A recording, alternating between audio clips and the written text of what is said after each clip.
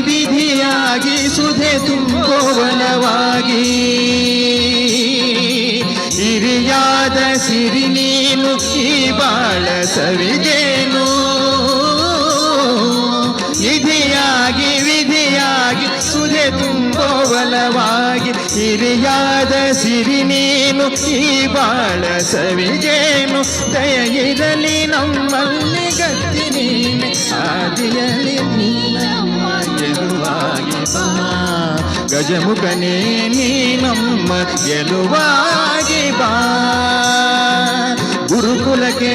ವರವಾಗಿ ಗುರುತೋರೋ ಗುರುವಾಗಿ ನೀನಮ್ಮ ಗೆಲುವಾಗಿ ಬಾ